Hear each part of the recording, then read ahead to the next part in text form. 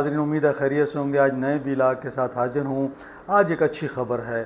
یقیناً جب ہم تنقید کرتے ہیں حکومت پر اور دیگر اداروں پر، تو ساتھ ساتھ جب اچھی خبر بھی آئے تو وہ بھی میرا خیال میں کہ شیئر کرنی چاہیے۔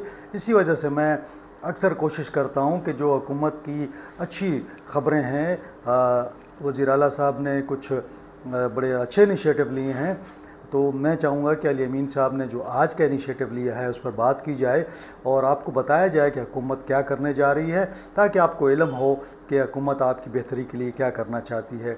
تنقید تو ہر وقت ہوتی رہتی ہے، لیکن اچھی خبریں بھی دینی چاہیے۔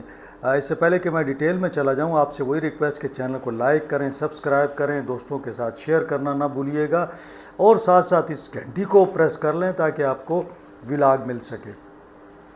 تو جناب، آج بڑی اہم خبر اس حوالے سے ہے کہ حکومت نے گڈ گورننس کے حوالے سے ایک روڈ میپ بنایا ہے۔ یعنی ہم بیڈ گورننس کی تو بات اکثر کرتے ہیں، لیکن اب یہ جو روڈ میپ بنایا ہے، یہ ایک قسم کا آپ یہ سمجھ لیں کہ اپنے لیے انہوں نے ایک پلان بنا لیا ہے، اور اس پلان کو، اس میپ کو انہوں نے فالو کرنا ہے۔ اور اچھی بات ہے، میں بار بار کہتا ہوتا ہوں کہ دیکھیں، اگر آپ کوئی ٹارگٹ بناتے ہیں تو ٹارگٹ کے ساتھ ایک اس کا روڈ میپ بنائیں، تاکہ آپ کو پتہ ہو کہ یہ ٹارگٹ ہم نے کتنے عرصے میں پورا کرنا ہے۔ زبردست کام ہے جی جو روڈ میپ بنایا گیا ہے۔ میں سمجھتا ہوں کہ اس میں جو ہمارے چیف سیکرٹری ہیں شہاب علی شاہ صاحب، ان کا بڑا اہم رول ہے۔ انہوں نے اس میں کافی محنت کی ہے، اور یہ تمام اہداف جو حکومت نے، چونکہ حکومت کی ترجیحات ہیں، ان کو انہوں نے کر کے ایک جگہ کر کے اس کا ایک روڈ میپ بنا دیا ہے، تاکہ حکومت کو پتہ ہو کہ ہم نے کیا کرنا ہے اور کتنا ٹائم میں یہ ہوگا، اس کے لیے فنڈز کتنے درکار ہیں۔ تو میں سمجھتا ہوں کہ شہاب علی شاہ صاحب نے زبردست کام کیا ہے۔ اب یہ لوگوں کا ایک نگرانی بھی ہوگی، ایک لوگوں کو معلوم بھی ہوگا کہ کون سے کام ہونے ہیں، کتنے عرصے میں ہونے ہیں، اور پھر وہ حکومت سے پوچھ بھی سکیں گے، حکومت سے جواب طلبی بھی کر سکیں گے، اور ساتھ ساتھ حکومت جو ہے وہ بھی اپنے جو ہمارے افسر ہیں، ہمارے جو سیکرٹریز ہیں، ان کے نیچے سٹاف ہے، وہ ان سے پوچھ سکے گی۔ تو ہر بندہ دوسرے کو ایک ٹارگٹ دے گا، اور اس کا ٹارگٹ کا جو ہے وہ اس سے پوچھ گچھ بھی ہوگی۔ میرے خیال میں کہ یہ، اور پھر اس کی جو نگرانی ہے وہ بھی چیف سیکرٹری صاحب خود کریں گے۔ تو یہ میں سمجھتا ہوں کہ یہ بڑا زبردست ایک قدم ہے، اور ہمیں امید ہے کہ ہماری جو بیوروکریسی ہے وہ مزید محنت کرے گی اور ان اہداف کو مکمل کرے گی۔ اور اب کیا کیا ہوا اس کے اندر، وہ میں آپ کو ڈیٹیل بتا دیتا ہوں۔ جو آج تقریب ہوئی ہے اس کے اندر وزراء بھی تھے، افسر بھی تھے، میڈیا بھی تھا، تو وہاں پہ اس روڈ میپ کا افتتاح کیا گیا ہے۔ اب یہ روڈ میپ کیا ہے، اس میں اگلے جو 2 سال ہیں، تقریباً 1.5 سال کی بات کی جا رہی ہے، اگلے 1.5-2 سال کے اندر یہ جو اہداف ہیں، یعنی کوئی 12 کے قریب ایسے اہداف ہیں جن کو انہوں نے پورا کرنا ہے۔ اس میں ایک تو یہ فیصلہ ہوا ہے کہ تقرریاں اور تبادلے جو ہیں وہ کارکردگی کی بنیاد پر ہوں گے۔ اس میں کچھ نہیں کہہ سکتا، اور میری خواہش ہے کہ یہ تقرریاں اور تبادلے جو ہیں میرٹ پر ہوں، لیکن سیاسی حکومتوں میں سیاسی مجبوریاں ہوتی ہیں، بہت سارے معاملات ہوتے ہیں۔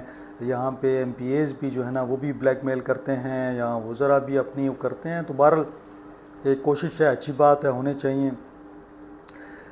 دوسرا جو اہم بات ہے کہ میگا پروجیکٹس جو ہیں اس کی تکمیل بر وقت ہونی چاہیے۔ میں بار بار یہ کہتا ہوں کہ دیکھیں، ایک منصوبہ شروع کریں، اس کو جلد مکمل کریں۔ جب منصوبے 3 حکومتوں میں بنتے ہیں نا، تو اس کے اخراجات بھی بڑھ جاتے ہیں، اور اس کا معیار بھی گر جاتا ہے۔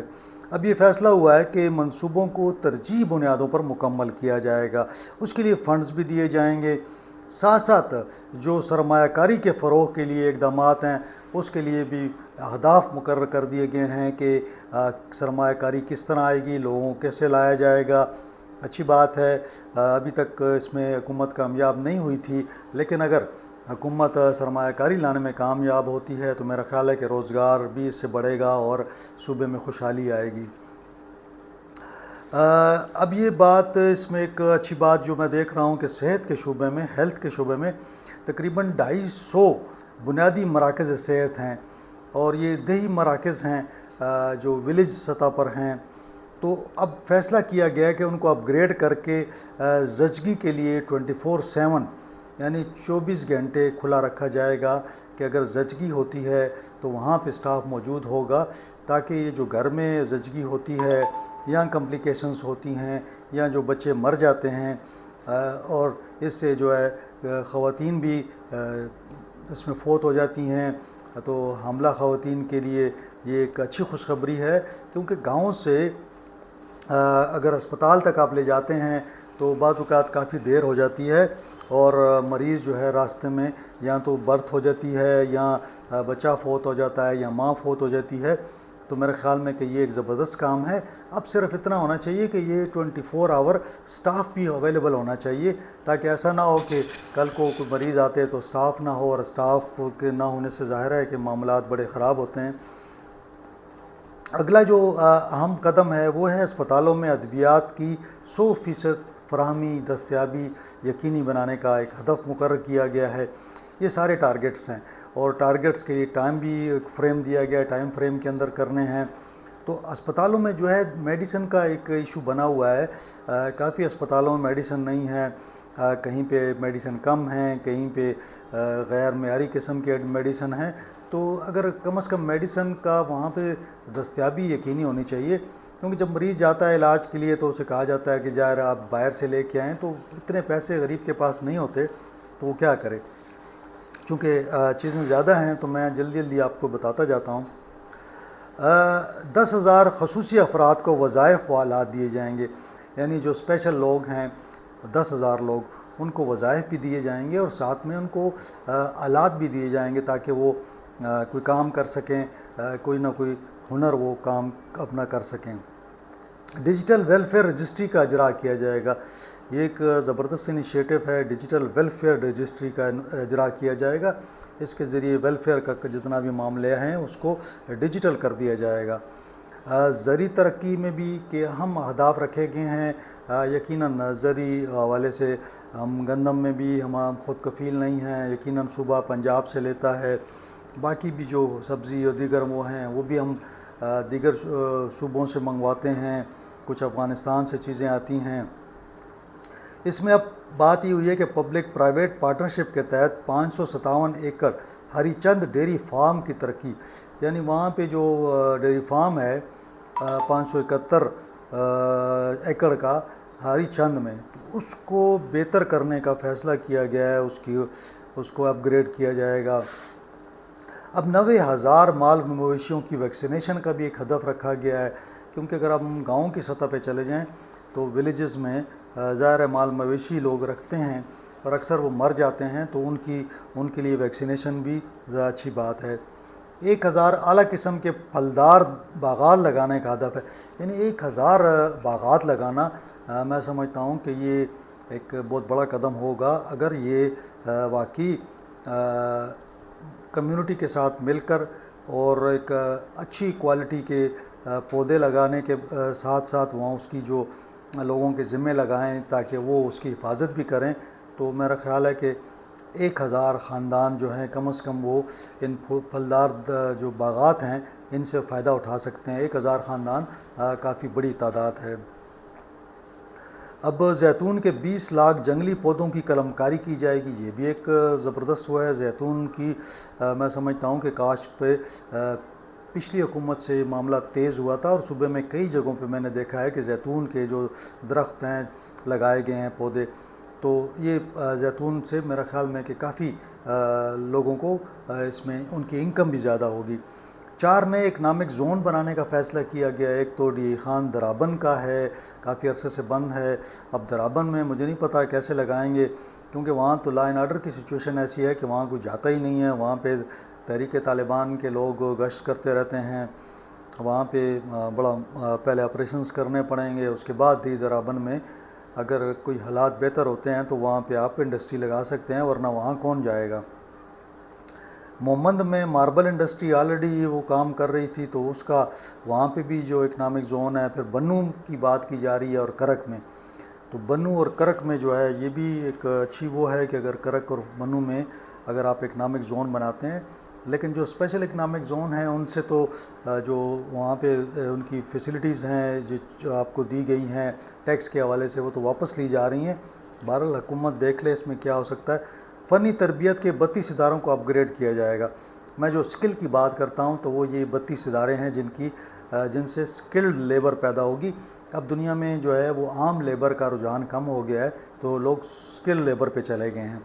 ڈی خان پشاور موٹر وے کا آغاز کرنے کا بھی فیصلہ کیا گیا ہے، یہ ٹارگٹ میں رکھا گیا ہے کہ اس پہ کام کا آغاز کیا جائے گا، تو اس کے لیے بھی سال 1.5 سال کا وقت دیا گیا ہے تاکہ زمینیں جو ہیں وہ خرید لی جائیں۔